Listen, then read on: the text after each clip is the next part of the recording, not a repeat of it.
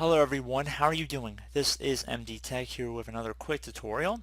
In today's tutorial I'm going to show you guys how to convert an Excel workbook to a PDF format without the need for any third-party converter software or any online tools or anything.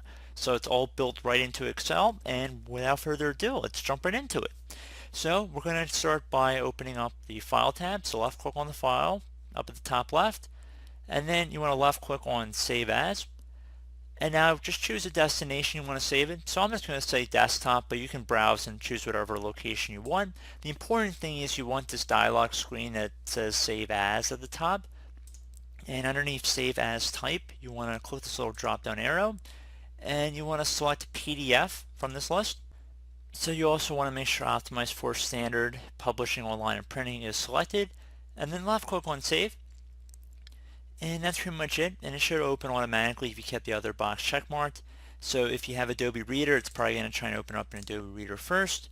You're welcome to uncheck that so it doesn't open up preview, but just to give you guys an idea, this is in a PDF file format here, and you can see that it has been converted.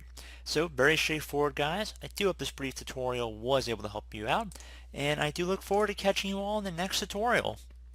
Goodbye.